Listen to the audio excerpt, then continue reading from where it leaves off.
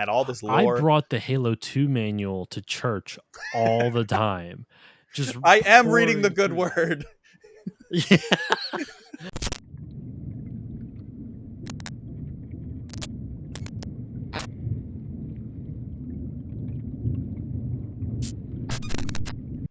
What's up? Welcome back to the Experience Point.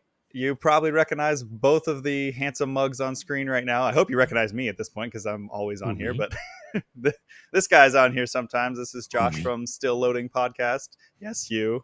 Who, me? We're doing another co-hosted, not stream because this isn't going to be live. Collaboration. A little collab, yeah. So if you are here from the YouTube side, you are seeing us, but you may also just be hearing us on Josh's podcast at Still Loading Pod, wherever podcasts are found. We're going to be talking about the original Xbox today, one of my very favorite systems, and a very high source of nostalgia for me. So I'm stoked. Let's get into it. Today, we are celebrating the 20th anniversary of the release of the original Xbox. I can feel the gray hairs growing as soon as you said 20th anniversary of the original Xbox. Just your hair, you can feel the age just seeping out of your pores. Yep, my skin is just slowly falling off. You got to get some Botox up in there.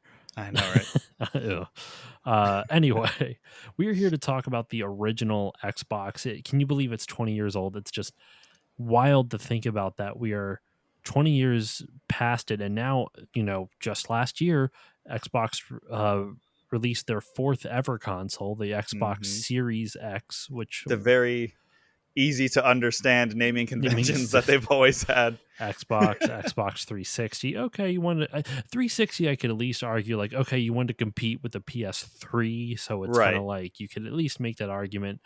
And then 360, it's all encompassing everything, so I get it. Xbox One was just an awful name. The worst. Awful naming convention. I can think of very few consoles that have succeeded without a good naming convention. Like, look at the Wii U. Bombed. Nope. The failed Nintendo ones, like, at least were somewhat interesting. Yeah. I'm surprised, when the PS4 came out, the Xbox One wasn't like Xbox 540 because 5's bigger than 4. Everyone thought it was going to be the 720 or something like that. I'm glad it wasn't. I'm glad it wasn't, but I also am mad that it was Xbox One, because now we have to say the original Xbox. You can't say like, oh, it was on Xbox One. It's so annoying. And it's even more crazy to think about, like, the Xbox Series X wouldn't be an awful naming convention if they didn't have the Pro version of the Xbox One be the Xbox One X. Right. Xbox One X, and then there's Xbox One S, and then Series X, and then Series S. Like, I hate it. I hate it so much. Well, it's awful. But, let's go back and look at the original release date for the original Xbox, not Xbox One, the original Xbox, which was November 15th, 2001 in North America. And it was on February 22nd, 2002 in Japan, and then March 14th everywhere else in Australia and Europe, also in 2002. The lifespan of the console went from 2001 to 2009, which is kind of hard to think about. I didn't know that it was still going. It was discontinued in North America in 2009. In Japan, you want to take a guess? Because the Xbox famously did awful in Japan and continues to do awful in Japan. Yes. What year do you want to guess that it was discontinued in Japan, considering that it started in 2002? 2003. Not quite that bad. No, it wasn't that. I know it wasn't that bad. 2006. It lasted 4 years in Japan before they discontinued it. Yeah. I mean, to be fair, there wasn't a whole lot of, there wasn't really much to cater to Japanese audiences on the Xbox. Like, at least definitely at launch, and even not that much afterwards. Well, yes and no. They tried. I know tried. They tried actually eventually. Why they partnered with a lot of Japanese game companies at the time to make games for games to come out. That's why you got Jet Set Radio Jet Set Radio. features, because they were really trying to appeal to the Japanese market. It didn't work. Yeah. I did hear though that they were this close, like this close to getting Resident Evil 4 on it. Like Oh wow. like as an exclusive, but Shinji Mikami, the director of the Resident Evil games, he met with Xbox before it became a GameCube exclusive for, until it got ported everywhere else. But before it became a GameCube exclusive, they met with Xbox, and whoever met with him, basically they didn't relay what Microsoft's approach to game design was, and he basically asked them like, what's your approach on games?" And the Xbox official stance was supposed to be, we consider games art. We can consider them, designers are artists, and the games themselves are art. But that's not what was relayed to Shinji Mikami. The people who were like representing Microsoft didn't have an answer, so he was like, well, F that. And he was worried, based the vibe that I understood, he didn't feel like they were going to be appreciated by Xbox, so he decided to go Huh. with, the tried and true Nintendo. Yeah, which makes sense. I mean, I would probably do the same thing in his position. Like, Mm-hmm. that's a huge risk on a console that at the time was not cared about in your country. So like, Well, it was even before. I mean, if you think about it, but that's development of the game. So development of the game was probably starting when the Xbox first came out, yeah, yeah. right? Because I think what Resident Evil 4 came out in what, 04 or something like that.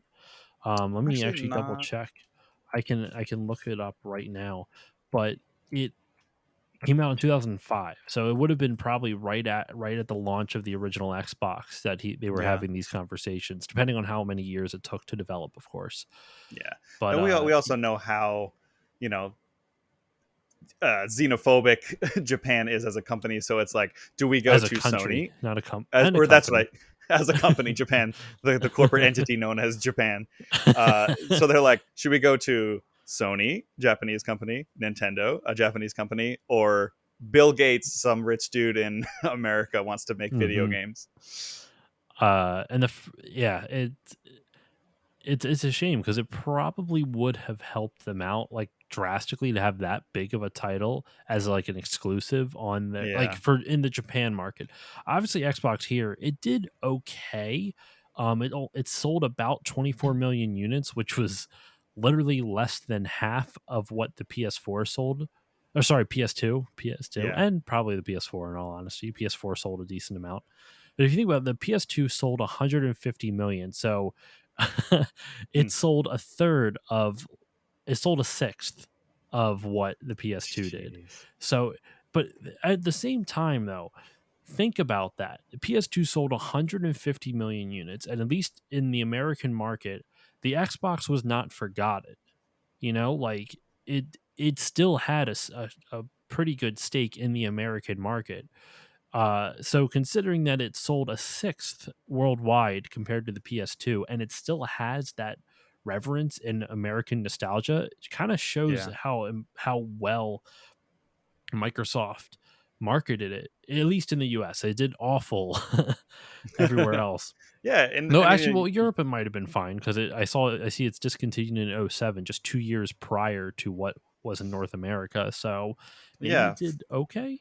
for a company's first foray into consoles, like over here, like it did great. I mean, it's Microsoft, so like, They have billions of dollars to throw behind it. yeah, so they could, the marketing was no problem. They put that out friggin' everywhere, and like launching an official Xbox magazine just to like get that out there, which is, we'll get into games and memories later, but like that's how I found a lot of games that I ended up loving, was from that magazine, because they had the demo discs and stuff.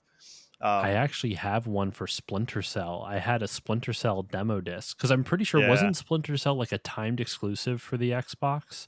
I I'm not sure. I'm not sure either. I just remember Splinter Cell for a while, for me, was synonymous with Xbox, but I could be way off about that. Let me check in on that really fast. I'm looking it up. The Xbox, yeah, it started on the Xbox. It came out like 6 months or 4 months prior to everywhere else. Splinter Cell was out on November 17th, 2002 for the original Xbox. in North Mm. America. That's in Europe. It got to PlayStation 2 a little bit earlier. We'll stick with the North American release dates though. Uh, That's it bizarre. I don't it think I made ever it to knew. Windows in February of '03 and to PS2 in April of '03, GameCube in also April '03, but 2 days later. That's interesting. There's a Game Boy Advance version of Splinter Cell. I Yeah, wonder that was what back that's when like. they did Game Boy Advance versions of everything, Like and they were 2D all versions, like bad. the 2D Yeah, side scrolling versions of a 3D game. I kind of love that though. I love that they decided to make a completely different game, yeah, sort of. sort of. Uh, I actually didn't know that. I think I always just thought that Splinter Cell was always in the first three anyway, the original trilogy. I could have sworn that was only Xbox. no, I mean it Maybe did it's get. just the like black and green color scheme that makes me only think that it's I think synonymous with you the know what? Xbox. That's probably it. That's honestly probably it. That's why I consider it such an Xbox. But to be fair, it did start on the Xbox. It was I don't know if it Yeah. was a timed exclusive, but it had 4 or 5 months being Xbox exclusive. Mm. Even in Europe, it was released in Europe in 2002 for the original Xbox. So it it was pretty much like an Xbox exclusive for a long while. At least the original one. I don't know when the other ones ended up. You know, coming out and what their release dates were. But anyway, let's dive into the history of the console now. Uh, the so Microsoft, prior to coming up with the Xbox, they wanted to get into the video game industry because of the success of the PS2. They Mm. even though it came out like a year later. They were worried about the threat of the PS2 because they were worried that the PlayStation 2 was going to take some of their market share in the PC gaming space. And up until that point, really the only stuff that Microsoft owned in terms of games was Microsoft Flight Simulator and Age of Empires. Believe it or not, I Huh. actually did not know Age of Empires was a Microsoft property for a while. I thought maybe they acquired them later on, but apparently Age of Empires has been a thing that's just been owned by um that that Microsoft has owned for a while at the very Hmm. least. Let I've me double I've check that real quick. never I've never been interested in those games. So What? What are you talking what? about? They're great. Oh, I can't. You're not an RTS fan I though. cannot stand RTSs. The only one I ever remotely liked was StarCraft, and that was just because I liked the setting and The the setting's great. cutscenes were cool. Um, so Microsoft wanted to get into it because they saw that PlayStation was going to kind of take a chunk out of their market. And admittedly, that's not an outlandish thing because the PS2 was so powerful. In fact, the PS2 you could install Linux on it and turn it into a kind of a Yeah. like a semi desktop type of Mhm. thing. It was really interesting. So they were really trying to make sure that they could retain that foothold in it. And that's kind of why you see with the Sega Dreamcast and kind of started their relationship with Sega that there's Windows CE on the Sega Dreamcast. They used the Yeah. Windows CE operating system to assist with parts of the Dreamcast, which I think is kind of interesting. And it's funny though, they originally tried to sell their operating system to Sony to help with the PS2 and Sony turned them down, and apparently Bill Gates took that personally and Yeah, I was just thinking of the Michael Jordan meme, and I took that personally.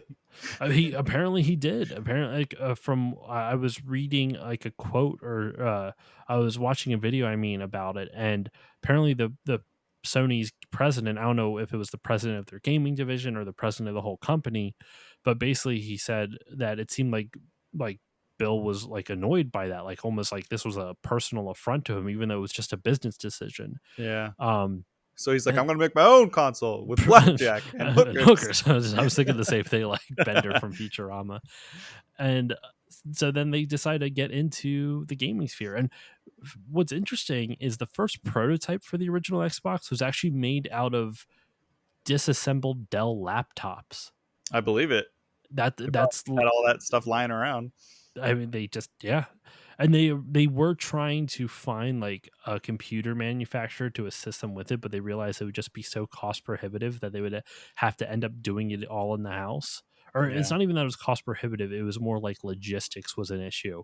It was going to be more expensive for them to do it in house, but it was easier for I guess for them to control everything, and sometimes Mm. that's just better for business in the long run. I don't know, but yeah, so the name of the Xbox comes from, and you heard it probably in the intro, DirectX, Microsoft's program DirectX, which was basically an application on your computer, like a program on your computer that allowed game designers to speak directly to the hardware of the computer instead of having to go through go through the operating system to an extent.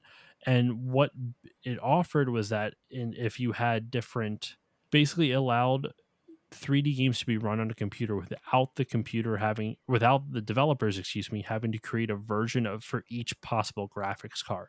So the DirectX kind of streamlined everything for them, so that way it just makes game development easier. You don't have to account for as many variables when you're dealing with different computer systems.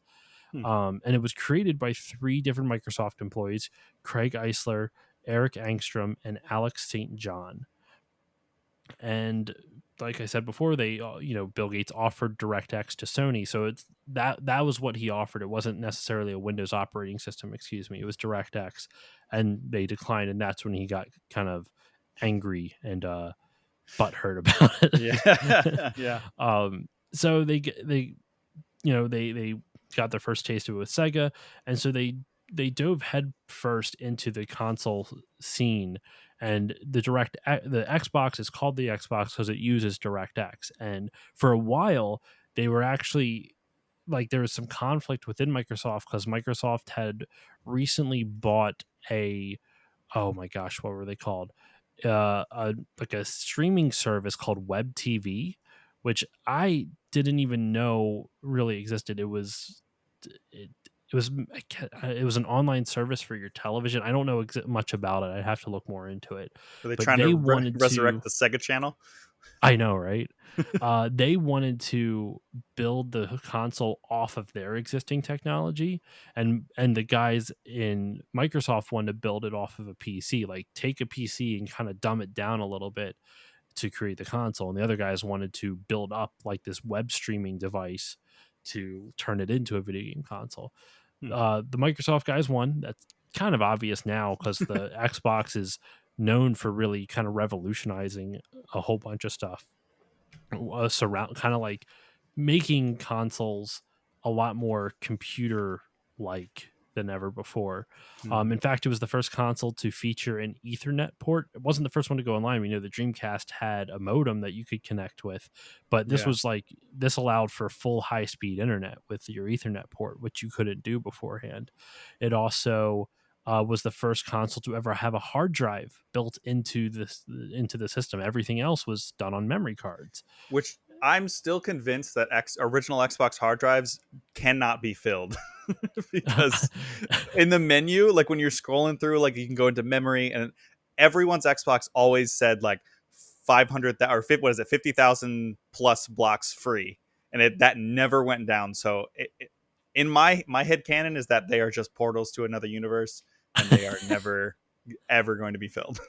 I'm trying to see now. Like, I wonder. It's probably like 16 gigs or something like absurdly small, like today's comparison. I want to see if it tells you, because I'm looking up how much. Yeah, the Xbox was the first console to feature a built-in hard drive, but it doesn't tell me. Like I'm sure I can find it. I'm sure I can find it. You're gonna have to hear some more clicking Because it's not a number that human minds can understand yet. Yeah, because I downloaded like all kinds of like custom like Halo game types and maps, and I saved all these screenshots and videos and replays and uploaded every CD that I owned, and it's still like I never got any kind of warnings that I was running out of space. It's a wormhole. Wow, it actually, so just looking at it right now, I don't know if this is actually correct or not. Based off the other specs, I think it's right because I just googled it real quick. Yeah, this actually makes sense. It actually stored 8 or 10 gigs. That's a lot. That's a lot for the time. That's a lot for the time. Holy shit. Like, considering PS2 memory cards were like, what, 8 megabytes? Yeah, Or if you something had like the that. supersized one that was like 16. That's just wild. So yeah, I mean that 8 to 10 gigabytes at that time might as well just been a black hole, because I can't Yeah. imagine like game file sizes were not that large. What I think the reason they did it for, and I use this a little bit. I think you talked about. Did you talk about ripping CDs to it or no? Yep. Yeah, Every yeah. single CD that I owned, I put on the Xbox, and I watched Yeah. that visualizer as I was playing like Linkin Park and Gorillaz and stuff. Did you ever play Counter Strike on the original Xbox? The port like of the PC game. Yeah. Yes, and I hated it because I was used to that was one of the only PC games that I was like, I gotta play on mouse and keyboard. I can't play on this controller. Well, what I loved about it, because I didn't have a computer at the time that could handle that game as well as like do other stuff at the same time, you could put music on your Xbox and then have the game play the audio that you saved on your Oh Xbox while yeah, playing it. yeah. There's I There had was a a couple couple games games that that took advantage of that. I don't know all of them. I just know that at least Counter Strike let you do that. the one that I will be talking about probably too extensively later is Phantom Dust that you could do that on. Three Did you? people are Okay. just like, oh yeah, Phantom Dust in the world. I mean, I've heard of Phantom Dust. I've never played it though. It looked really cool. Didn't wasn't it cell shaded too? No. Am I thinking of something else? Then I must be thinking of something else. But anyway, so yeah, so the Xbox, it did really well in North America. That's a little bit of the background of it. It was, it was named after DirectX, because the program, Microsoft created to help game developers develop for PCs. Bill Gates did it out of just a blood feud between him and Sony. No, Yeah, that's the he real reason why it didn't sell yeah, well he in just Japan. hated so no. Yeah, I know, right? I did just see a sales breakdown. It sold 16 million in the US, 6 million in Europe, and only 2 million in all of Asia and the Pacific. Not just Japan, Jeez, all of Asia and the Pacific. that's Know some what serious know what's one boycotting. memory though, real quick before we continue on. One memory that will always stick out to me of it is like, and this is kind of a memory. Did you ever see the movie Grandma's Boy? Yeah, That, for those who haven't seen it, it's a Happy Madison production, so Adam Sandler's company. I don't even remember the actor's name. Alan Covert, something like that. He's the I main don't know. character in it. I just know all that cast is Adam Sandler's friends. Yes, and it's basically about these game testers who have to deal with this one asshole, and it's a comedy. It's raunchy. It's pretty funny though. But the one game tester who is just a stoner loser guy, the main character, you find out he's actually been secretly developing a game for years. And I remember he was developing it on the original Xbox. And I always remember seeing that. I was like, so in my mind, for some reason, I'm like, oh, it must be easy to develop for the original Xbox. Yeah, Which honestly might be true, because there was a lot of um there's a really great video from this guy named Modern Vintage Gamer on YouTube, talking about why it was hard to develop for the PS2, which I won't go into because it's not relating to the Xbox necessarily. But it's really interesting to hear, because the PS2 sold so well, so you would assume that it was easy to develop for, but apparently that's not the case at all. So I wonder if it was much easier to develop for the Xbox. probably because it was basically just a computer. Yeah, just a dumbed down computer. Yeah. Now, before we move on to just kind of some of our memories, as well as just talking about more free form conversation about the Xbox, a couple notes. One, the controllers. Everyone knows the original Xbox controller is the Duke. Yes. Hang on. I have to do something for our video viewers, but Okay. you can talk about it for a second. Okay. So the Duke was the Xbox original controller. It was fucking huge. It was gigantic, right? And when it was released in Japan, it was too big for the consumers in Japan. So they had to develop a new controller for them. That controller, which is called the S model of it, actually it became the standard Xbox controller. So this is the Xbox One recreation of the Duke. I think It's it's like fucking huge. it's enormous, but like I have big hands. I'm 6'4", so like I never had a problem with it. You're The cool, 6'4"? yeah. when I God don't slouch. dang. So the cool thing is, the part that sucks is that you have to have it plugged in because it doesn't have batteries. But that iconic startup when you would Mm-hmm. turn the Xbox on, check this out. A little exclusive just for our video viewers. Just this is just enticing everyone to go check out the experience point over on YouTube to see the video form of this Yeah, watch this. podcast. That's so cool. Yeah, so for the listeners, it actually has the Xbox startup screen in this little LCD monitor at the center of the controller. It's really cool.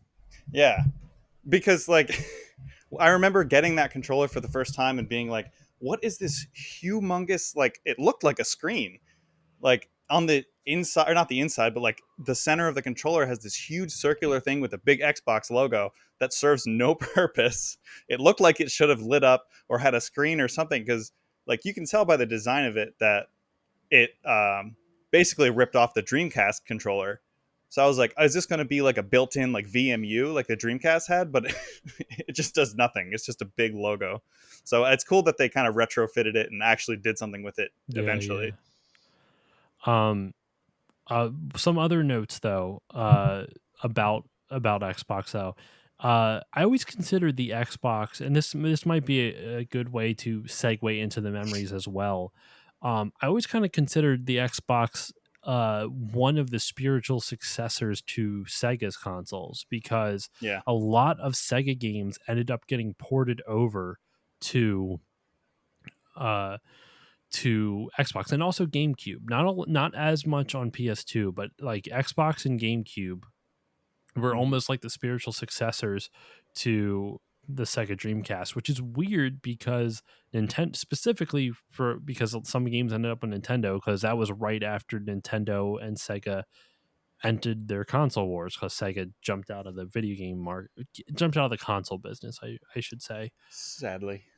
That's a there's I could do a whole episode about why, like what led up to that. Like Yeah. it's have you ever heard the stories of like Sega's woes leading up to like a lot of their business decisions? No, no, a lot of the like that's why I haven't had much to say around this like the whole history of it, because like I know that's a lot more your wheelhouse and kind of like the left brain aspect of like the processes and like history and stuff behind it. So actually I don't know the story. Um it's long story short, because this is an Xbox episode, so I won't Yeah. dive into the history of Sega. I'll tell you off mic after we're done recording. But long story short for the listeners is that Sega released too many consoles and kind of diversified their market too much. So that way, there's not any one of their consoles could really succeed, because it was getting pulled six different ways. On top of the fact that then Sony had just entered the market Mm. and Nintendo was obviously still going. So there, that in a nutshell, that's why it pretty much like killed them. And I mean, and it makes sense too, because even if you look at the Dreamcast, what killed them ultimately was the PS2, because PS2. it was just a slightly more powerful console, even though they could do about the same. Like the Dreamcast was, it was just, it's such a bummer because it came out just at the worst possible time for Yep. it. It came out too late for the N64 and PS1 gen, um, and it came out too early for the PS2, Xbox, GameCube gen. So Yeah. like it just came out right in the middle of the two, and historically, I mean, it kind of makes sense. It's kind of like the Wii U that flopped. It came out right Yeah. before, it was right at the tail end of the Wii, PS3, and 360, but it was still less powerful than the PS3 and 360. And Yeah. then a year later, it had to compete with PS4 and Xbox One. It's weird because like I see the, at least to me anyway, I see the Sega Saturn as more of a failure, because I knew like one person that had a Sega Saturn. There were zero games on it that I was remotely interested in. And so you'd think that like they'd learn from releasing that one at a weird time. That I think if they had just waited, and I think if like the consoles that were to come out at the same time was PS2, GameCube, Sega Saturn, and maybe even the Xbox, like we could have had like a You mean qual Sega Dreamcast? Or yeah, what did I say? You said Saturn again. Oh, But yeah, yeah, but no, and they would have had to make the Dreamcast a little bit more powerful, I think, as well. But yeah, yeah. and the Well, Dreamcast GameCube was super was, successful. The Dreamcast was initially super successful. It's yeah. just that it it came out at a bad time because it came out a year before all the more powerful consoles came up. So it was Yeah. like the Dreamcast was it was like a in between step between like the Saturn and what Sega's true like 64-bit, for lack of a better term, console is. Mhm. Anyway, so I consider the reason I can kind of consider the Xbox as like a Sega spiritual successor is because the Xbox ended up having games like we're going to talk about it later, Jet Set Radio Futures. Mhm. I know there's a bunch of others. Why am I not thinking of Shenmue, them? they put the Shenmue 2 on there. Mm-hmm. Which it literally just feels like the sinking ship of the Dreamcast was just like going down, and they're just handing off all their IPs to Microsoft, who's got this bright and shiny new boat, just like, please take Jet Set Radio, please take Shenmue, like don't Mm-hmm. let these die. And Was it Futures a worked. sequel to the original? So it's a Enhanced port? it's no, it's somewhere in between. It's almost like they made a second game, but they retold the story of the first one again. So like it's the Interesting. same story, but some of the characters are different. They changed some of the characters' names, which is bizarre. Like Mew became Rith, like the little the girl, the kind of Lolita looking Mm-hmm. blue dress girl, um, or Cube. I forget some of them, but there's a lot of like Tab in the first game became Corn in the second game. It's like, well, I don't understand why. I know it's like, why'd you have to?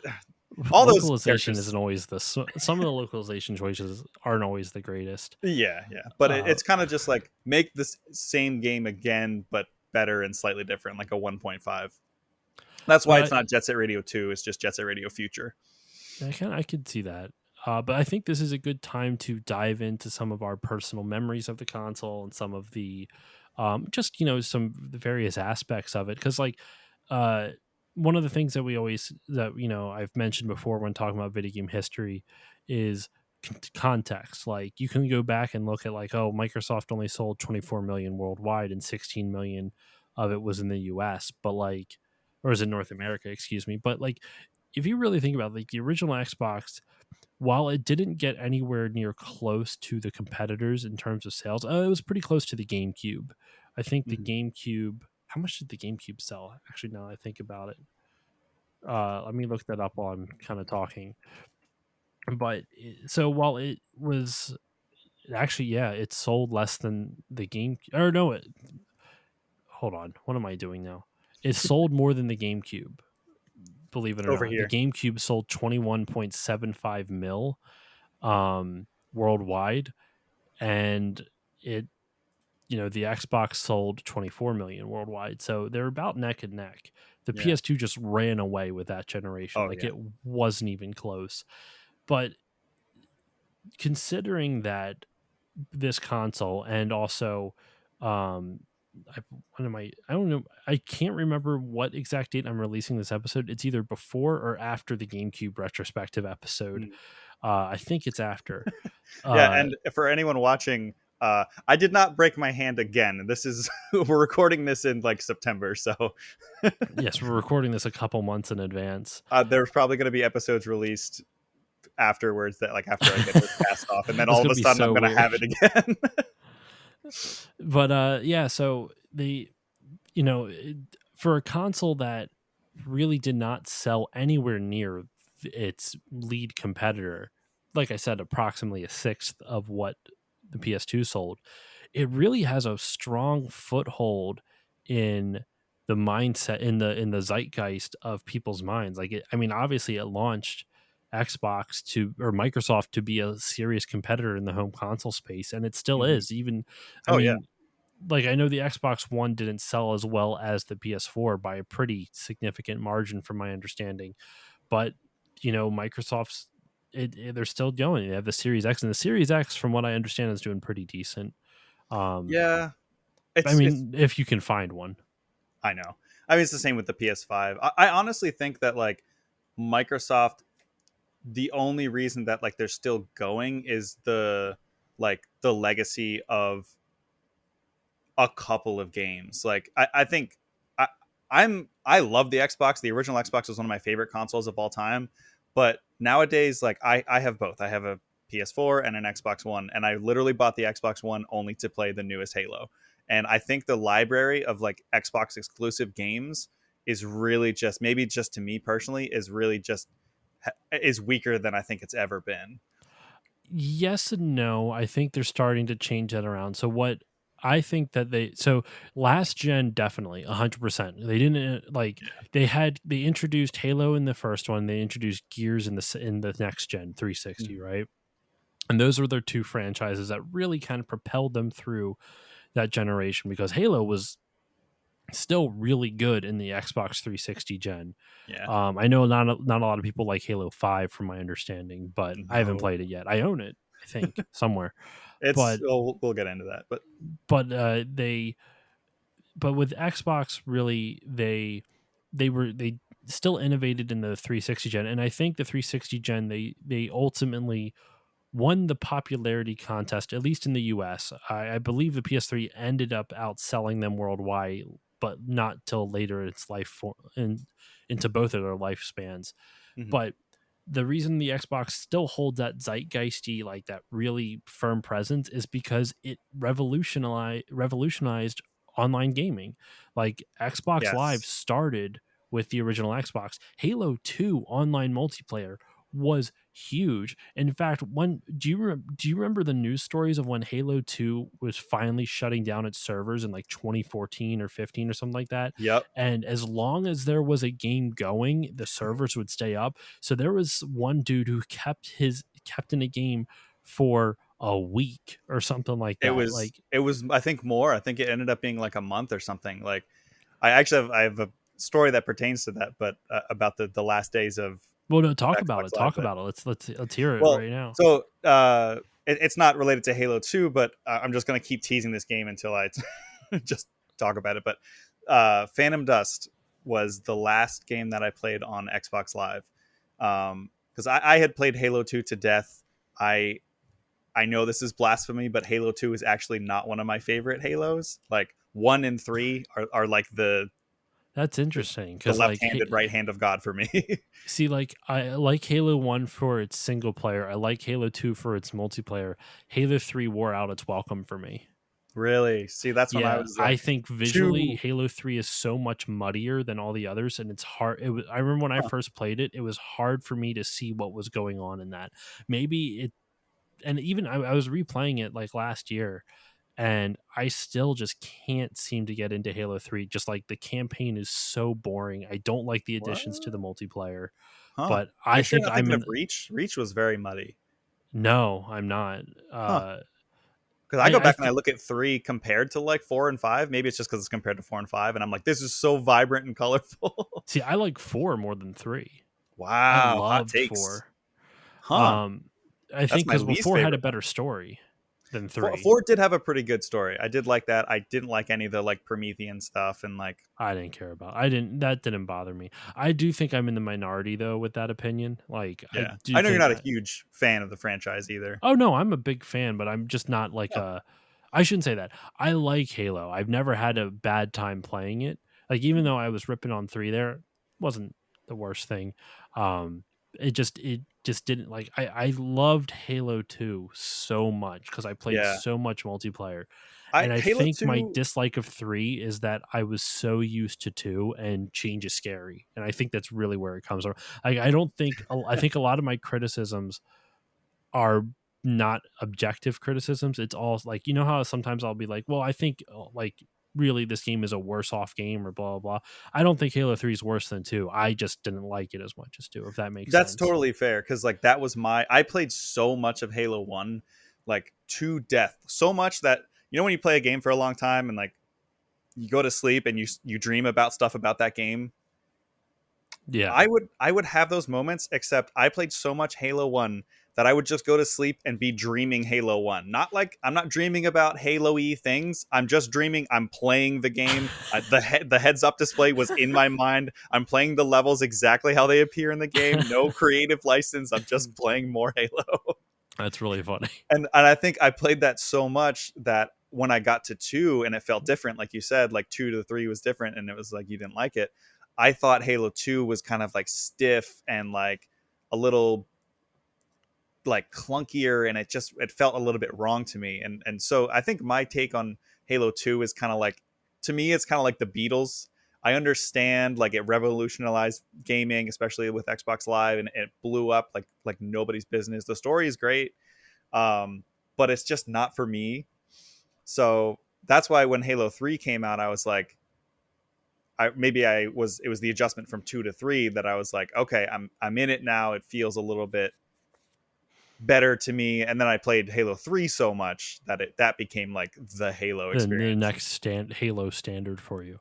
Yeah. I cut you off though. You were talking about Phantom Dust with Yeah, Xbox sorry. Live. So the last day of Xbox Live, which to finish up the Halo thing, I remember hearing that the guys that were keeping the Halo servers alive had them up for so long that Microsoft was like, if you shut down and let us sleep, we will give you Halo 3 for free.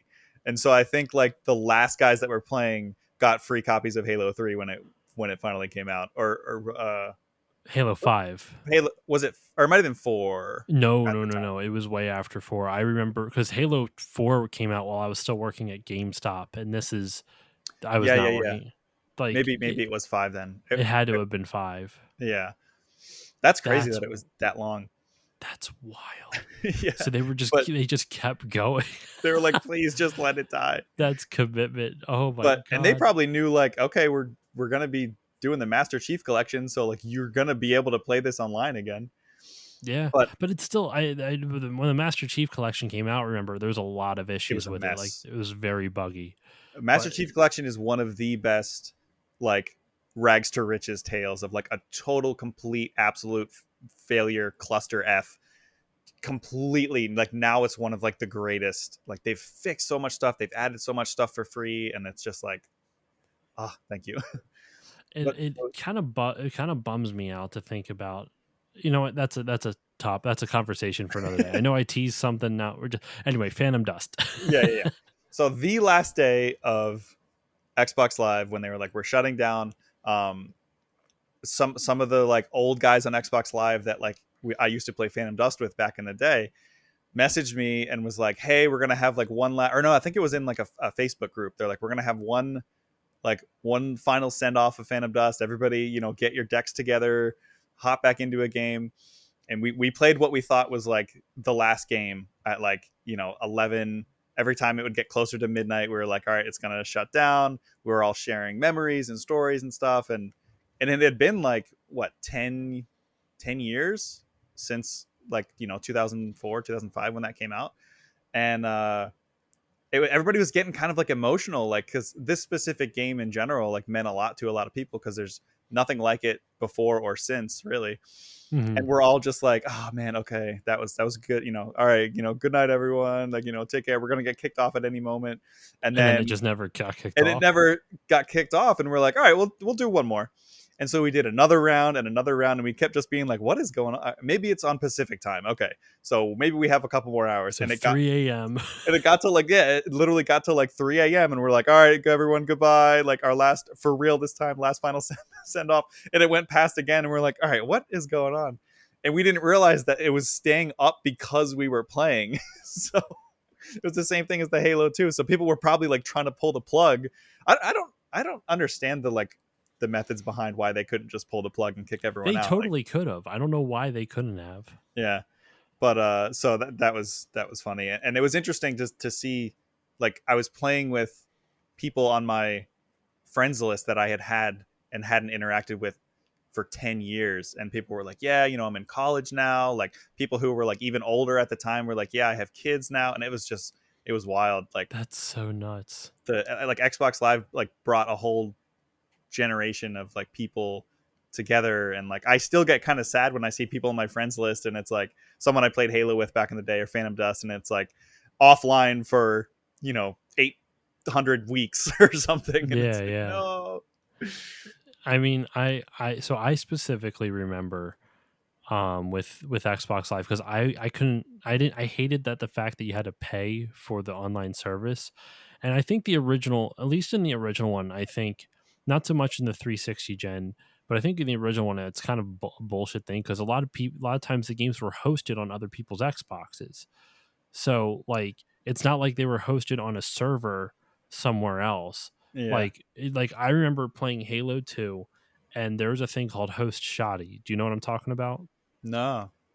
So in multiplayer games on Halo 2, the whoever was the host for that match, they didn't have the input, they didn't have the internet lag that everyone else did. You know, the what, Yeah. 30 milliseconds, and that makes a big difference with a shotgun. Mm-hmm.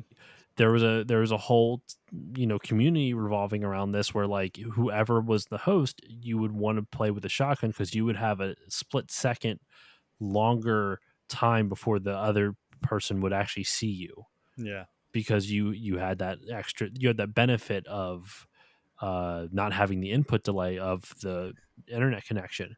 That's And funny. a buddy of mine, his name's CJ, he, I remember he let me, and I'll probably, when I inevitably do a Halo 2 episode, I'll probably repeat the story, but just because it's Xbox related, I have to tell it now. Um, he did this thing called bridging, and what bridging is where you connect your Xbox to your computer and then to online. So it's like you're Mm. running your internet connection through your computer, so that way you can fidget with it. And this is also how like hackers and cheaters did stuff too. Yeah. So what he would do, what bridging is that essentially it's like just rapidly turning the connection your Xbox has to the internet on and off over and over and over again. So since you have the weaker connection, the game is programmed to make you the host. So that Huh. way you could, because since you have the weaker connection, you're having a hard time connecting other people. They make everyone connect to you, so everyone's on an even playing field. Oh, they pull you down. You're just dragging everyone down with you. Pretty much. Um, and then he would stop it, so he could fix it, so that way he would become host. And then what he would do, so that way he could, it's so fucking shady now I think about it. He would literally bridge it, so that way like you turn off the internet connection on and off, and basically make it so other players would lag constantly, but you wouldn't. Yeah. So he would actually get hired by other players to help them move up the ranks using this bridging Jeez. thing, and they would pay him in 3-month Xbox Live subscription so he could keep playing. So he had I don't know how long it went, where he went for a long while That's of nuts. not having to pay for an Xbox subscription at all, Yep. because he would just bridge people. He would work out deals, or that they would send like those free 7-day codes, and this was back when like you could use more than one, so he would just like stack them. He would wait after the 7 days, he'd apply another 7-day code. After the 7 days, he'd apply another 7-day Yep. code. So this kid was a schemer, man. He was wheeling and dealing. Yeah, I remember there were stories of, I forget what it was called, but there was something where like, I don't even know if this is true, but the rumor was like, if you took a like butter knife and like wedged it into your Ethernet, like it would do essentially the same thing, and it would allow everybody, it would make everybody lag except for you, so you could just run What? around and kill everybody. Yeah, so like we'd be I playing never and heard this. you would just like die, and all of a sudden it would be like, wait, what? And then everything would be super laggy, and then like one guy would have like 60 30 kills. kills, and Yeah. you'd have like 2, and it's like, all right, what's going on here? Oh my goodness, I didn't know that. I might try that. I mean, Yeah, the servers are down, so it doesn't make much of a yeah. difference now. But yeah, and I also remember though, he actually gave me my first Xbox Live account, because I couldn't, like I said, I didn't have a job at the time. I was uh like, probably at the time I was 14 or 15. I still didn't have a job.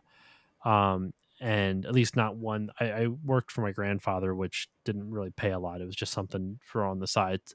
Definitely not enough to warrant buying an Xbox Live subscription. Plus, at the time, um, our we had DSL, but it was still connected to our phone line. So if I wanted to play Xbox Live, it would stop everyone from using the phone because it was like broadband internet, but still in the era like pre where phone, like your home landline and your internet line were separate.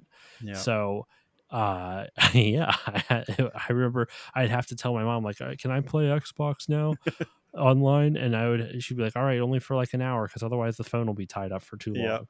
long. um That it was was like the just so early, funny. very early days of just trying to figure out how online stuff was working. Like, do you know about the Advent Rising $1 million thing? No, I don't know what Okay. you're talking about. So this is like super important to, not important to me, but it left like a really strong memory for me. So this game came out on the original Xbox called Advent Rising. Probably no one has heard of it. It's kind of like, it plays a lot like Star Wars: The Force Unleashed. So it's a third person sci-fi action game. You do have psychic powers. You can like, pick enemies up, like the aliens attack and you can pick them up and throw them around. You're basically a Jedi, but you have like guns and rocket launchers and powers, and you can get vehicles and stuff. And it was incredibly ambitious, and it was pretty, like the cutscenes were gorgeous, even though there was very much inconsistencies. Like in some cutscenes, the main character had short, spiky hair, and then sometimes the cutscene would change and he has like long, like flowing hair, and it's like never addressed. And so it got rushed, and it was kind of unpolished by the time it was released because of crunch. And I really think it could have been something like really good. And and Orson Scott Card, who wrote Ender's Game, wrote the story for it. So I was Oh, like, okay, wow. you got like the guy who wrote my favorite book, even though he's like problematic and homophobic and racist. At the time, I didn't know because I was like, I don't know, 14. But he wrote my favorite book, and I was like, oh, this is going to be so sick. I actually liked the game a lot. It got panned. It got like 5s and 6s from a lot of like review companies. It But has a 7.9 out of 10 on IGN. oh, okay, well, that's not too bad. Like, it's fun. It's a good game. I definitely recommend going back and play it. Like, there's a huge cliffhanger ending that sets up a trilogy that they never made, which is really sad. I love stuff like that where they have this big grand design and Yeah, the first one bombs, so you're just like, well, I know, and I'm so sad because like it actually feels a lot like Mass Effect. Like, it got a lot into like different alien species and councils and like intergalactic like politics and stuff, which sounds boring, but like they make it interesting. So it's very Star Wars and Mass Effect and Halo, like kind of all together. Anyway, so the reason probably why a lot of people played this was because their marketing for it was, you can win $1 million by playing this game. And how oh, they okay. did it was they released like blog posts that had these like little clues of, you would download a patch like from the Xbox Live that would place this little icon somewhere in the game world, and they would put out a blog post that told you where it was or gave you a clue for it. And then you had to go find it in the game, and like the first person to find all the icons or whatever wins the $1 million, or it enters you to win $1 million. So I remember like every time it would go live on a computer, I'd be like, okay, and I'd have to unplug the Ethernet from my computer and plug it into my Xbox, download the update, and be like, all right, it's live. And I would go find it, and then you would upload it. And so basically, they did this for a couple of weeks, and it was a lot of fun. I had beaten the game by then, and it brought like life back into the game. And I was like, cool, let me go back into these levels and try to find stuff. Basically, people ended up data mining all the locations and were uploading them like seconds after it was supposed to go live. And they're like, okay, this is, people are cheating. So they had to cancel the whole giveaway. No one ever got the $1 million. I don't And what blame they, them. yeah, you I wouldn't can't. either. Fuck them. And so this game was published by Majesco. And so what Majesco did was, they're like, all right, we have to cancel the giveaway, but everyone who participated in it gets 2 free Majesco games, like physical games. And Okay. I was like, that's cool. So I had already had Phantom Dust at the time, so that was one of them. So it was Phantom Dust, Raises Hell, which is this weird other 3D or third person shooter, Psychonauts, Oh.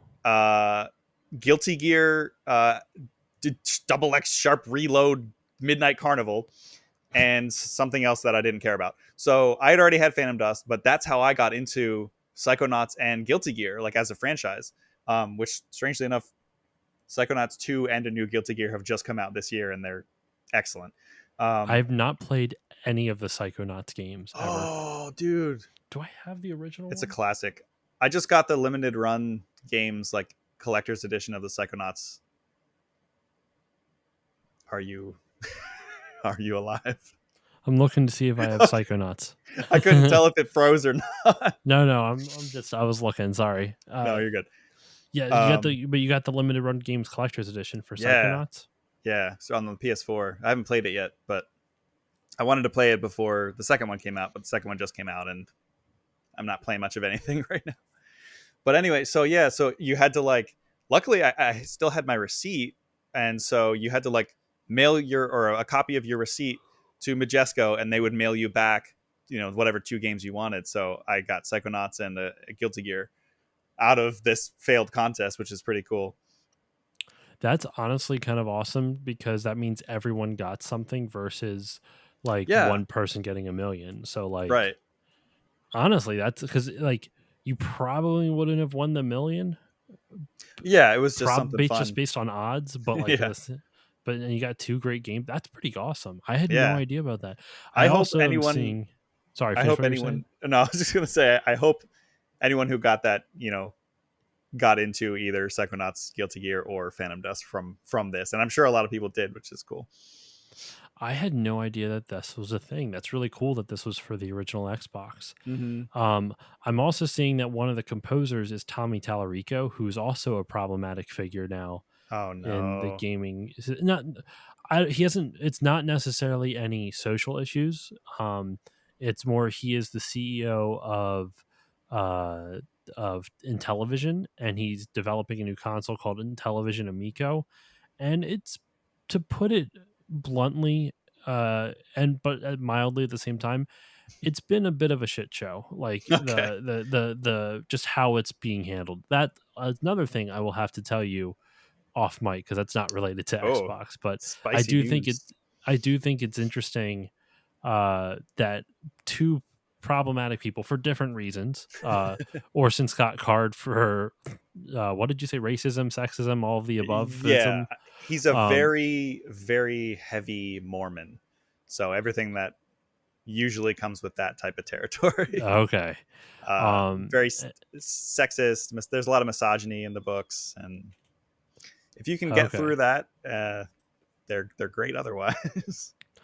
And then Tommy is just his is a whole thing. He wrote a lot of famous video game soundtracks, so that's his claim to fame. And he also organized the Video Games Live music concert series. He was the guy who pretty much did that. But he did wow, there's a lot of games I've never heard of though. He did Cool Spot for the Sega Genesis. Wow. He did Cool Spot. He did Disney's Aladdin. I'm also assuming for the Sega Genesis. Same with he did Earthworm Jim. Okay. It makes sense because the Advent Rising soundtrack is great. It's very Tommy Tallarico is known for being a pretty good composer. He also did a game called Jeep Jamboree Off-Road Adventure that I've never heard of before. But I just thought that classic. Was funny. Don't you remember going to your buddies' houses and playing LAN parties of Jeep Jamboree? I know, right? Advent Rising was one of his in 2006, or sorry, 2005 was Advent Rising. In 2006, he did Jaws Unleashed. He was the orchestrations and arrangements. That's funny. That game was actually a lot of fun. That's another one that I never played the real thing, but I played on the demo disc. He got special thanks in an Oddworld game. Oh, nice. Sorry, that's my franchise right there. Well, I was going to say, speaking of demo discs and Phantom Dust, because I would never shut up about this game, because more people need to play it. Play it right now. It's on free. The remaster is free. It's on free. It's on free. It's on Xbox and PC, and you can play it for free, and it's amazing. Wait, really? Anyway. Phantom Dust, the remaster is free on Xbox? Yeah, Xbox and PC, and it's crossplay. Oh, I have an Xbox One and a 360, and I have a PC. To get in all 3. Yeah. So this game, I guess, can I just talk about Phantom Dust for a second? Yes. So go ahead. So this game is a post-apocalyptic. It's a post-apocalyptic Japan where people have psychic powers, and there's like destructible environments, and it's an arena action fighting game, but it's a card game. Now it's not like Hearthstone where it's like the game is the card game. It's really just you get different skills ranging from like there's attack, there's defense, there's there's fireballs, there's like skills where you can pull up concrete from the ground and use it as a shield, there's like jumping and dashing, and there's like buffs and debuffs and stuff. But you collect all these skills and you put them in this what's called an arsenal. So it's like you're building a deck. So you can have decks that focus on high damage, you can have decks that erase the other player's skills, and so everybody has a spawn point on the map. There's like these orbs that show up, and that's your skills. And you have your four face buttons are where you assign the skills to. So if you have skills on the field that are like your fireball or your lightning or whatever, like there's poison moves, like all kinds of crazy stuff, you assign them to your hand, which is your face buttons, and then you're running around this map, like jumping over like twisted like skyscrapers and stuff. And like there's one map that's like a highway where the road just kind of like comes up and is twisted around and like comes back down, and you can like pick up, like there's a mall level where you can like pick up like debris and tables and stuff with psychokinesis and just chuck them at your enemies. And it's nuts. Destructible environments and everything. It's super cool. And the campaign's great cutscenes, great music. It's very weird, very dark and lonely, and it's a trip.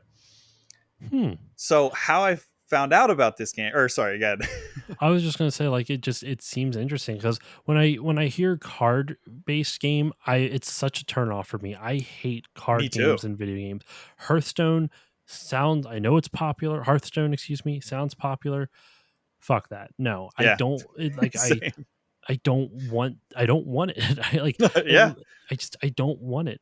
And it's the same even with like if it's a mixture of the two. Like for example, with like a lot of the EA Sports games. Now this is more of loot crate bullshit, so that's why I've spent more money on the EA stuff than I'm willing to admit. Less than 100 though, so that's still good. But that's still good. You're paying for digital cards, which then are those players, and you can use those players in your team to craft your team, which is fine, but there's ways to get it without having to pay. But it's just so it's basically the freemium style that you see on like mobile phone games. And I mean that's essentially what it is. The ultimate teams in the EA games are freemium. That's all it is. It's like, but it's not at the same time because you're still spending $60 fucking for a new title. I know. I hate it so much because it just. And the thing is, it's not even like it'd be different if they gave you better odds when you buy the packs, but they don't. Which I understand from a fairness standpoint, the people that earn the packs versus the people who pay for it. But like it just bothers me so much. Anyway, that's a rant for another day. But so when I hear card game stuff, it turns me off. So but the way you describe this, it seems more interesting. It seems like the cards are just your abilities that you can choose from. Yeah. So instead of just like running around, a world and just pressing a button to shoot fireballs, which is what you're doing, there's a strategy behind it. And it's like, do I take the fireball or do I take something more of a close range thing that will allow me to like get in and hope that, my enemy doesn't have close range skills? And it's really, you can play however you want. You can play like I have arsenals that are literally only hand to hand and they have like speed boosts and stuff. So like at the very beginning of the match, you're like bumping up your speed and getting like dashes and stuff. And you just like zip, zip, zip, like up to them as quickly as possible. And then just punching them like off of buildings and stuff. And it's just nuts. So yeah, it's like, there's still resource management of a card game. You have like your aura, which is like, how you can't just like, once you get a skill, you can't just keep pressing the button, and it takes up a certain amount of aura, which recharges like a cooldown for like a universal cooldown for all your skills. But the way that I found this very obscure game was in a very obscure way. They, on the original it was OXM. It's not original Xbox magazine. It's official Xbox magazine. this thing that they did for like a couple of weeks, which is absurd to think about putting marketing for games behind such a weird wall like this. But there was secret demos on the discs where, do you remember that? No, Oh, you're I'm just laughing at shocked. the I'm just shocked that you have secret demos. Like you said, like, isn't the whole purpose of a demo is to advertise the Yes. game? And so like we're gonna make this one harder to find. Yeah, and that's how it was. But like there was this mystique behind it. So I remember reading about it in the magazine, and it was like, this month, hold L and push, a button or something. And I was like, what? And so it became it basically how they did it was you basically had to play Simon on your controller. So you'd hold L and you'd push like a face button like X or A or Y or B. And in case you didn't know what face buttons were. And so like you'd hold L and push like X, and if nothing happens, then you push a different button. If you push Y, then and the controller would like lightly start to rumble, then that's the correct button. And then you go to the next button, and if you push like X and the rumbling stops, then you've picked wrong. But if you push a different button and the rumble gets stronger, then you've picked the correct button. So you have to go through this trial and error and remember all these buttons. And so you'd be like holding L, and it would be like, like YXBBXBA, black, white, YX. And once you got through it and the rumbling, basically you're sitting there holding the controller like, because it was rumbling at like max level once you get to the very end. And once you get through the whole sequence, it would boot up the secret demo. So the first time I did it, it booted up the demo for Phantom Dust. It was only in Japanese. All the menus and stuff were in Japanese. So you had to just figure it out by trial and error. And even that, all of these walls and all of these hurdles that you had to jump through to play this game, still, I was blown away by it. And I was like, I need this game. And it came out, probably a year later. And it was only $20 when it came out, because like, Huh. I think they knew it was going to be like a very niche thing. I miss when game devs did that, when they know it's going to be a niche title, so they make it a little bit cheaper to incentivize people to give it a shot. I Yeah. miss that. I miss that so much. And it's still like, it's not a low budget looking game anyway. I don't know about the actual budget of the game, but like the details in it were gorgeous. It has some of the best visuals, like the effects, the particle effects and stuff on all the skills, and like just the aesthetic of it was like very well crafted. Like it's the voice acting's okay for a early 2000s dub of a Japanese game. Like it's fine. The music's great, super weird, and it's a lot of fun. And like I said, it's free now, so please go play it. I act like I made the game or something, but I just want more people to experience it because I love it. But just jumping into like a match where you've like crafted a whole play style, where you've put together these decks. It's like, I never got into Magic the Gathering, but from what I hear of people that play Magic and Phantom Dust, is that it's like almost like an action version of Magic, where you put a deck together and you're like, all right, do I want to poison them to death? Do I want to erase their skills? Like, do I want to just overwhelm them with damage? Or that's however you want to play. Yeah, there was going to be a sequel, but I think it got canned, and I'm kind of okay with it because I saw early stuff of what it looked like and I was not really liking it. But that's interesting. I mean, I'm gonna have to go check this game out now, because I feel like the original Xbox, like for me in my mind, in my mind's eye, the way I kind of picture it is that there's just a lot of hidden gems on the console. Kind of like how the GameCube is as well. Like there's a lot of games that there's the heavy hitters for each one.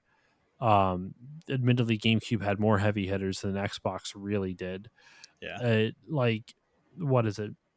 And we've talked about Halo nebulously, but like really, like you cannot understate how important Halo was, not just for Microsoft and Xbox, but for the gaming sphere as a whole, but for game development as a whole. Because the developer of Halo, Bungie, they were originally known for a series of games called Marathon for Macintosh. They were Mac exclusives, and Microsoft bought them out, and they came under the Microsoft umbrella, because Halo was like the first thing you saw of Halo was at an Apple press conference. Like Steve Jobs was showing off what Halo was going to become. Which And is crazy. Microsoft's like, yoink, I'll take that. Yeah, Thank you.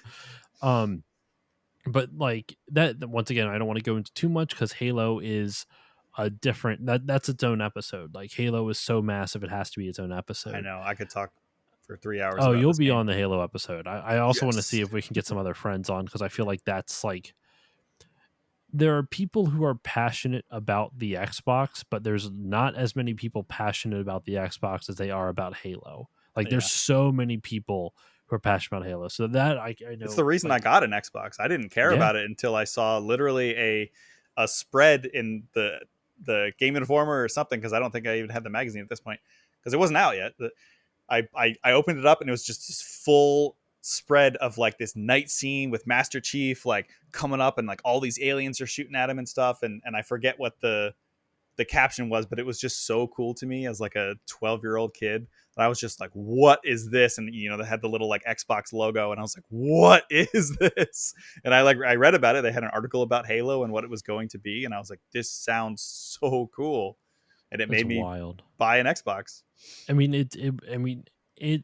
I can't think of a game that is the definition of a system seller better Oh yeah.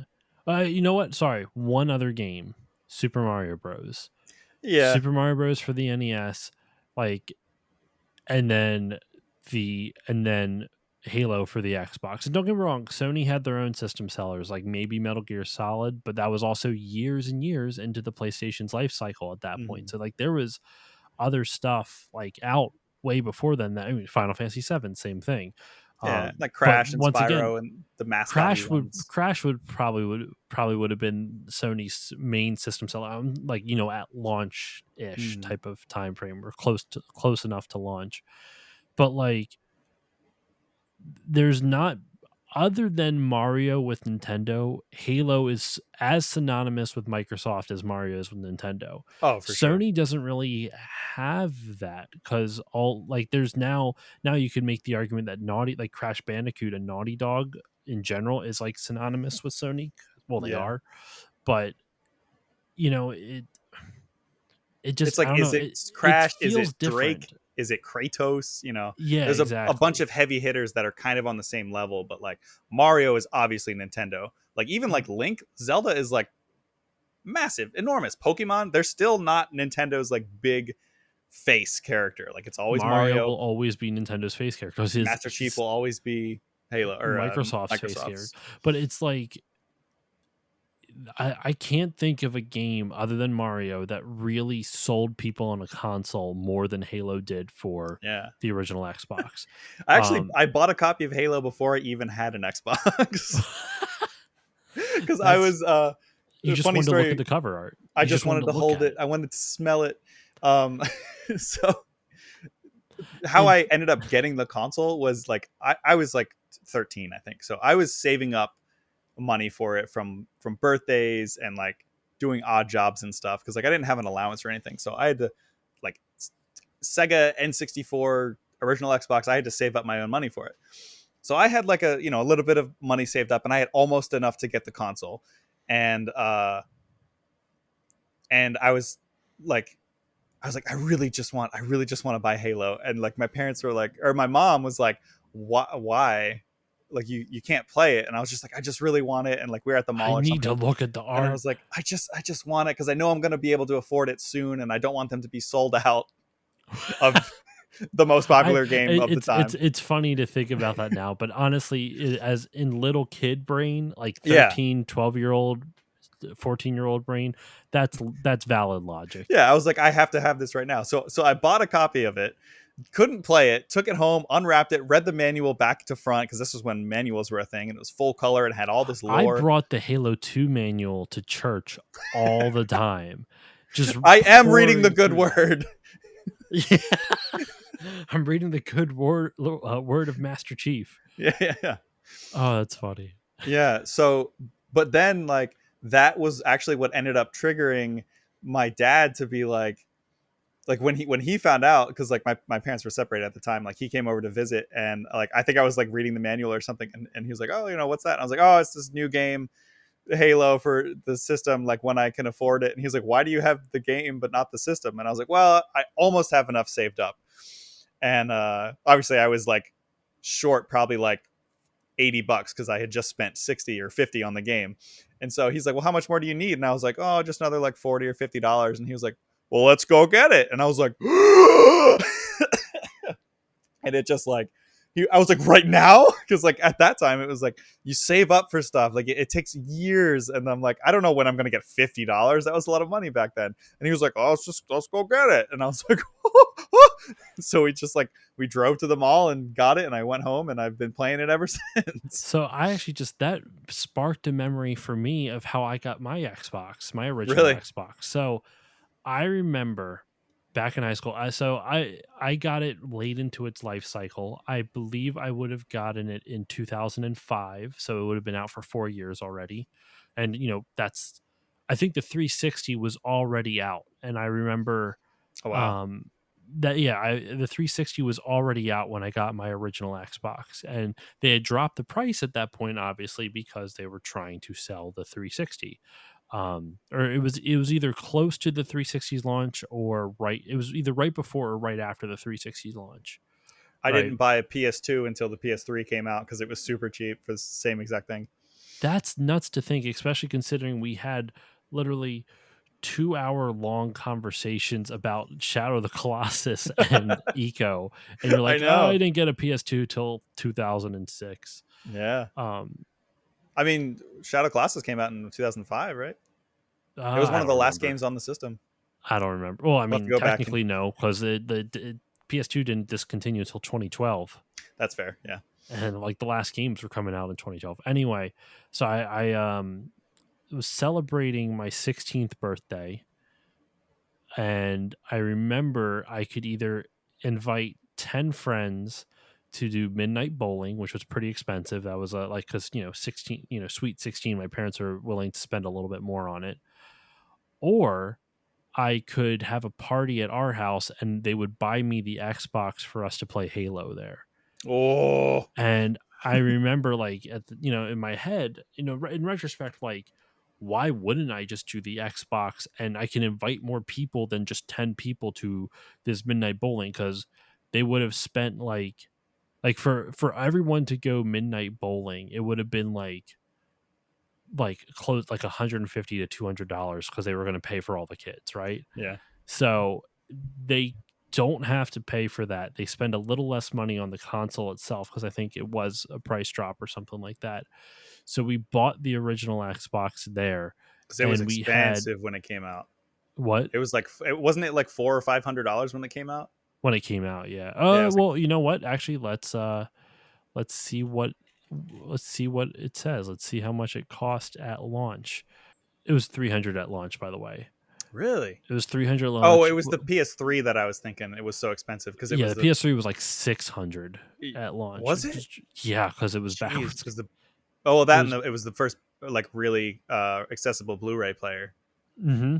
Once Sony was banking on the success that helped them with the PS2, making it the first viable DVD player. Yeah, But anyway, I remember having to buy Microsoft the little like dongle to plug into the Xbox like that that controller always port to play that always DVDs. bothered me, because the PS2 you could just do it I like from the know. controller, but with this they didn't have I guess it wasn't in the firmware to like, or in the software on the console to like make that work. Yeah. So it's crazy. But anyway, so yeah, I got the console, and I remember having people over for my 16th birthday, and we were playing Halo inside, and I was, there was that the core group of guys just hanging out inside playing video games, and I had to walk all over the place to make sure I was interacting and Yeah. socializing with all the different guests. So yeah, I just remember that. I remember being at the mall to pick it up, Oh and man. oh my gosh, that's awesome. That's a memory for me. I Um, still remember the way that I know I joked about this earlier, but the the Xbox console has a specific scent to it that like I can still like go, this is so weird. I can go and pick up a Xbox controller that I've had for 20 years now, which is wild, and like smell the inside of the like memory card port and it will take me back to being like, 12 years old, playing Halo at launch, like playing 16 player LAN parties, like everybody's tripping over wires and we're just all eating pizza and just killing each other on Blood Gulch for just until the sun comes up. Like those memories will like last forever. Like the nostalgia is Mm-hmm. just so strong for that game in particular. I'm bummed that I didn't know you back then, because I used to have Halo parties all the Yeah. time at Oh, my parents' house. Um, and I'm gonna save a lot of the stories for when I do the Halo episode. yeah, yeah, yeah. But the Xbox, I guess one thing to kind of start closing this out, because we're going at almost an hour and a half now. Yeah. Um, the one thing that I think is important to note about the Xbox is that it really took its whole PC moniker really seriously, because one of the big things that was super popular on the PC was having LAN parties back in the day. Like Yep. people would have Doom LAN parties and Quake LAN parties Oh yeah. and stuff like that. And so Counter-Strike. the Counter-Strike, and so the Xbox allowed you to do that. I think it's really the first console that allowed that type of interactivity, that type of LAN Yeah. party um like social dynamic. And I would go over to friends' houses for Halo 2 LAN parties all the time. Yep. I remember it was a thing to bring, like kind of like what Smash players do, where you bring your own controller type of thing. Yep. BYOC. In fact, for people watching the video of this later on, um, you might notice a couple times I'll be looking back. One, I was looking for for Psychonauts.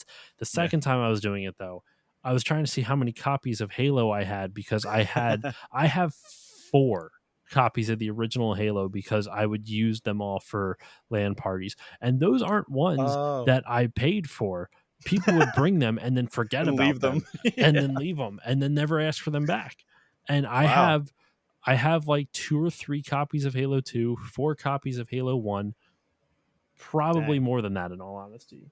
I would have had a withdrawal. They would have had to put me in rehab if I was ever without my copy of Halo 1 back in the day. Actually, for a while I was, because my sister, like, oh, God bless her heart, but I still hate her with all my heart for this. She wanted to clean the disc for me, and so she put it in the dishwasher.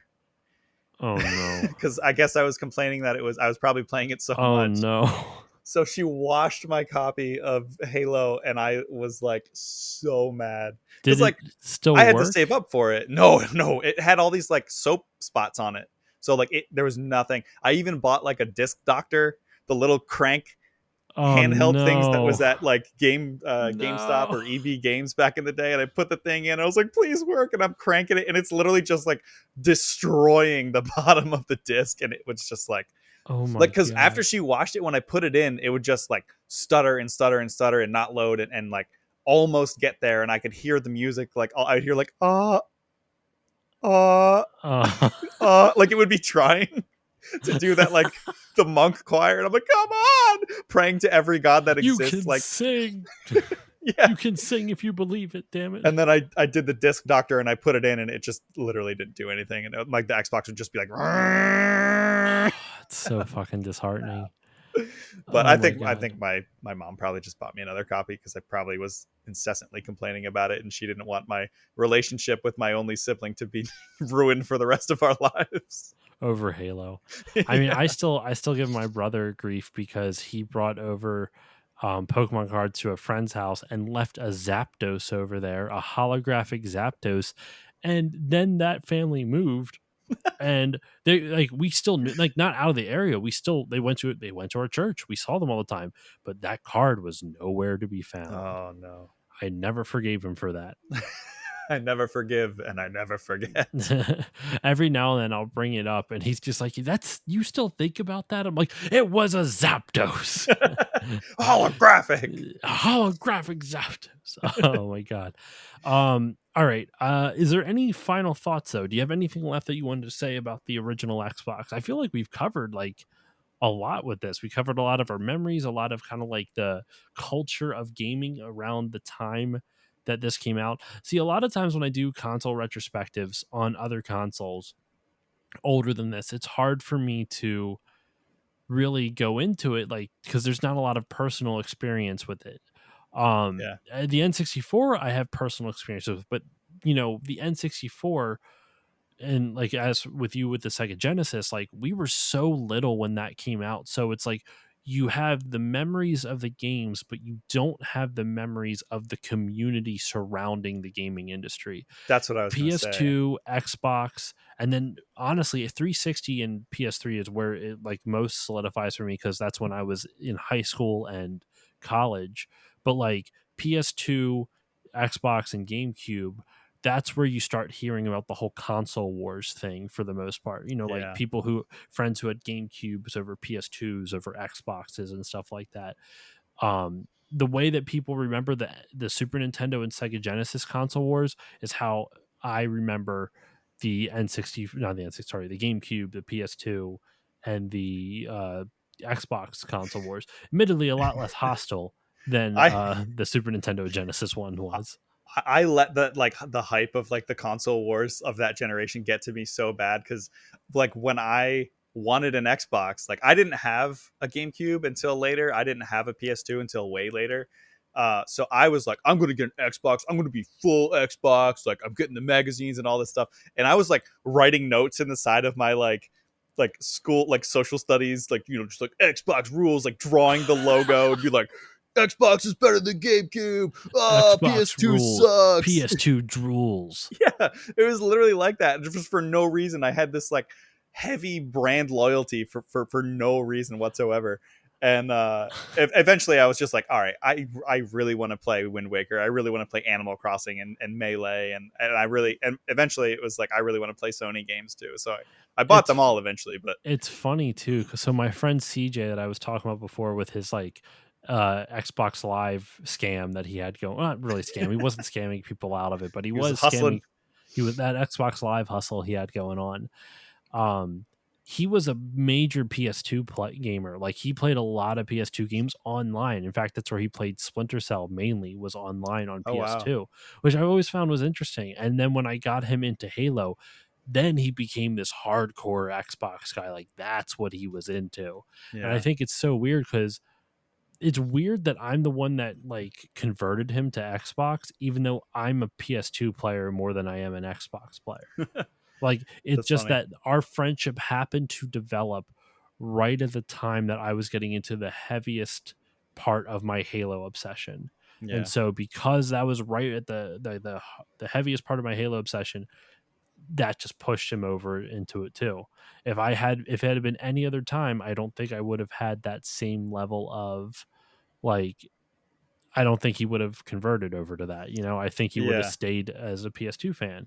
It's so funny. Like Yeah. it's console wars are such an absurd thing to think about, because it's just like, just play the games that you like. Like if you can, like I understand like there's a little bit of loyalty because of nostalgia and whatever, but like Dave. Yeah. So I don't want to say last names or anything on here, but Yeah.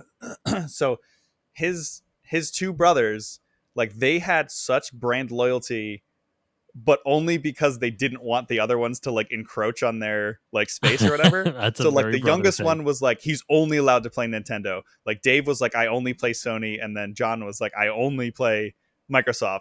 And so like this was when I was in the Christian school. Like, so we were in school together and we had to do these like assemblies. So we were basically like in church. It was like a church service in the school.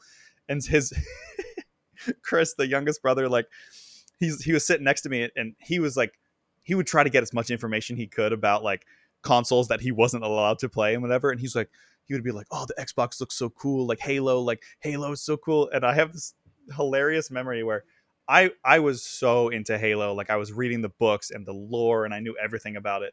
And so he turned to me one day, sitting next to me, and he's like, hey, so like what's Halo? And I was like, oh, it's this sci-fi shooter game that's on the Xbox that's really popular. And he's like, no, but like what is it? And I was like, oh, like the Halo. Oh, it's just like this ring world. Like it's where the game takes place. And he's like, oh, okay, so like, no, like, but like what is Halo? And I'm like, well, it's like it's a super weapon that it destroys all sentient life in the galaxy because there's this parasitic thing called the Flood. And you're like, okay, yeah, but like what is? And he kept going, and I kept drilling down and down further into the lore and like explaining what it was. And I was like, I don't know what you want me to tell you at this point. So Did you ever find out what he was looking for? no, I was just like, I was literally like, I don't know what you're asking. Because he like, I think he just wanted information more than anything, because we'd be talking about stuff and he'd come by and like try to insert like his knowledge. And I forget if he actually said this or if we did this as a joke, but he referred to Cortana, or I think he thought like there was a gun called Cortana. And Okay. so he'd be like, oh yeah, like, oh, the Cortana gun. And we were like, what? I was like, yeah, oh, Halo is such a cool character, like he's the best. Halo he, is he such didn't actually he didn't actually say that, but it was that level. it's still really funny. But yeah, like it's like you said, the online, the Xbox Live, like that was really when for me video games became so much more of a social, not a social construct, but like a social experience. Because like, yeah, you'd go to your friends' houses and play like N64 together, and you play Mario Kart and Smash or whatever. But like playing like that many people, like you said, LAN parties, like all that many people together, like all playing the same thing, and like because we're all into it, and playing online for the first time was wild. Like being like, it's like I'm sitting next to somebody playing, but like, you know, I just killed somebody from, you know, freaking Norway or whatever. And like I remember like I used to play a lot of Halo, and I used to play a lot of Dead or Alive because I didn't have a PS2, so like no Tekken for me. That was another exclusive. Sorry, Yeah, the Dead DOA or 3. Alive series. Yep. And so I'd play that a ton. I'd play Halo 1 a ton. And then when Xbox Live came out and it was like, okay, you can play Halo 2 online, you can play the DOA Ultimate online. I thought I was like, I beat everybody at Halo locally. I beat everybody at DOA locally. And then as soon as I got online and got absolutely demolished, I was like, well, this put things into perspective. Like you're not as good as you think you are until you start to play something online. Like that was a wake up call for sure. Mm-hmm. But it's still, it brought people together. Like some of my like fondest like memories, video game memories, are like playing stuff online with people, or playing like huge LAN parties, and the Xbox was really what, for me anyway, like pioneered that. To put in perspective for me as kind of like my closing thoughts about how like about the Xbox in general, it, even though it didn't sell well, super important console for video game history, just because first console with an Ethernet port and a internal hard drive. Mm-hmm. But outside of just like the technical specs and that kind of stuff, Halo revolutionized first person shooters for the consoles the way GoldenEye did. GoldenEye made it like, Yeah. GoldenEye made developers realize, oh, you can have FPSs on your home consoles. Then Halo was like, well, here's how you make a control as close to a PC as possible. And Mm-hmm. so much so that that's pretty much the standard controller format for not even FPSs anymore, just games. Like so many games use the forward, backward, strafe left, strafe right, and then look around on the right joystick. And it's just so important for that specific reason. And Yeah. I still remember like playing tons of hours of Halo 2 and all that good stuff. And it just, so much so that my bachelor party, we had a Halo LAN party for it. Oh, that's We sick. went out to dinner, we went to a hockey game, and then we came back to my parents' house and we played a Halo 2 LAN party. Oh, It was fantastic. perfect night. I'm only laughing when you're talking about the control scheme, because when I first, when I first got Xbox, that was the first FPS that I was playing on a twin stick controller. So somehow when I was messing with like the settings and sensitivity and stuff for the first time and seeing how the game controls, when I was going through the thumbstick settings, I guess I accidentally changed it to one called Legacy, which is left stick, forward and back is move, but left and right is turn. Turn, yeah. And the right stick up and down is look up and down, and left and right is strafe.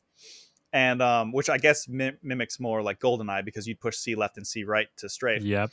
And I think I did this accidentally. I can't imagine at 13 I wanted this conscious choice, but that's how I got used to it, because I didn't know any better.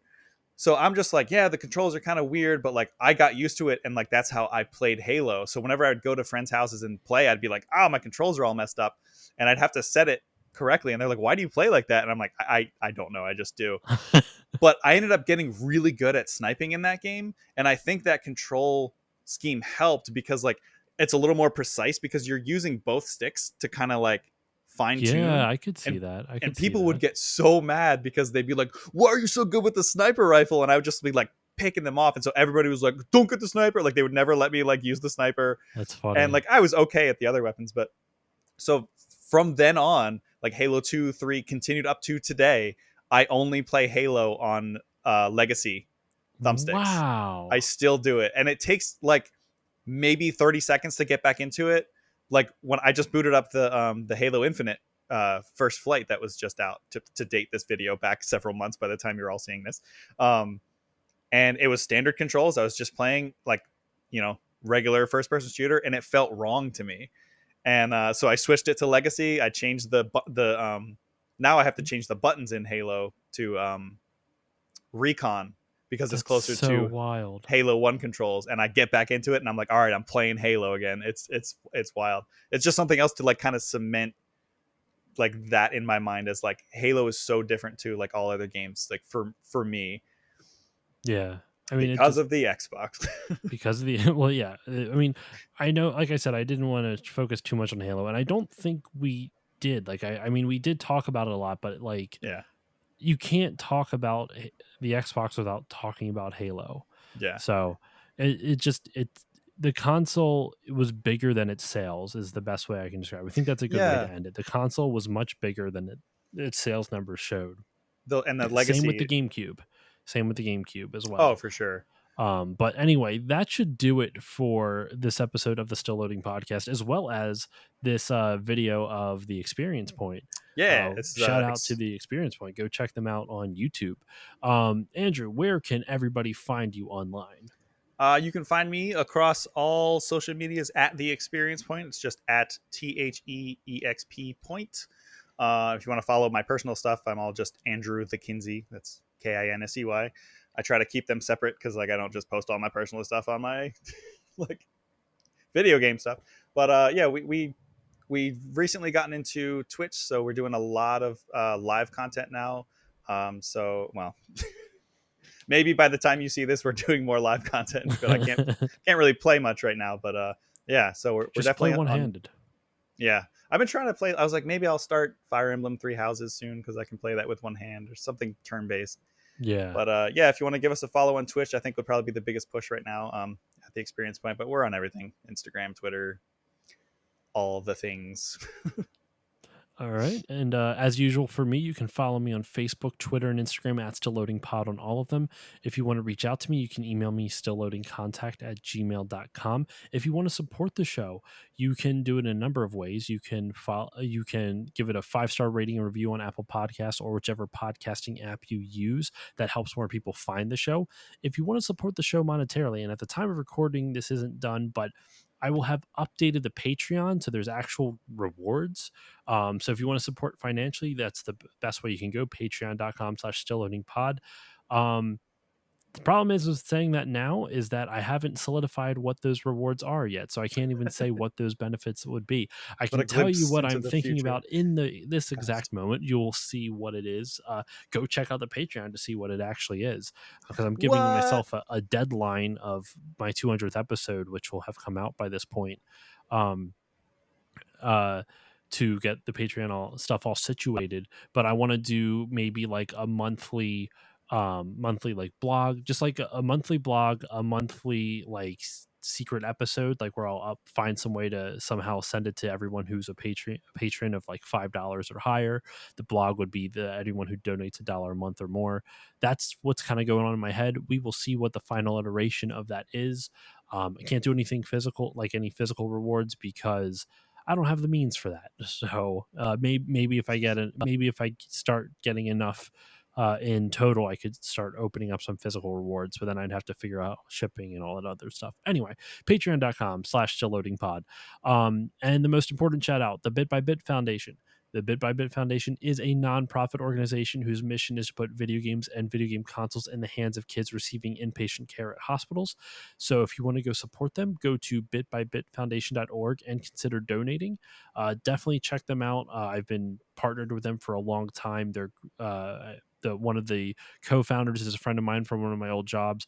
They're doing a lot of great stuff. So please go consider donating to them. And that should do it. Andrew, seriously, thank you so much for joining me. I really feel like we covered the Xbox in earnest. I really feel like we did a good job on this episode. So thank you for joining me. Yeah, me too. I think we both cover a lot of, like, I think you and me are very like left brain versus right brain, where I'm just like, nostalgia, I did this crazy thing, it makes me feel, and you're just like, well, there's so much cool history behind it. So yeah, I love I love like doing to this with you. combine it. I have the nostalgia, but like you are so much better at describing your emotions behind it. I'm like, it made me happy. Yeah, and I think and that's just like I have no problem expressing those emotions. I just don't do it nearly as eloquently as you do. yeah. But yeah, so that will do it for this episode of the Still Loading Podcast. Happy 20th birthday, Xbox. This will be coming out close to the Xbox's birthday. I believe it'll come out either a little bit before or a little bit after. I can't remember. So yeah, that'll do it. Thank you all for listening, and I will see you all next time. And thank you for watching. If you're watching here on the YouTube, thank you for watching on the Experience Point. I'm sure you'll see this guy lots more in the future, because we have a lot of video games to talk about, because that seems to be all we do. So if you want to support us, like and subscribe, but mostly just like keep the conversation going. If you see us on Twitch or anything, just comment on our video, or drop into the chat and say hi, or share and like. Just tell your friends about us. Tell your friends. All right. That's going to do it for me. It's going to do it for us. I don't know how to close things, so I'm just going to close things.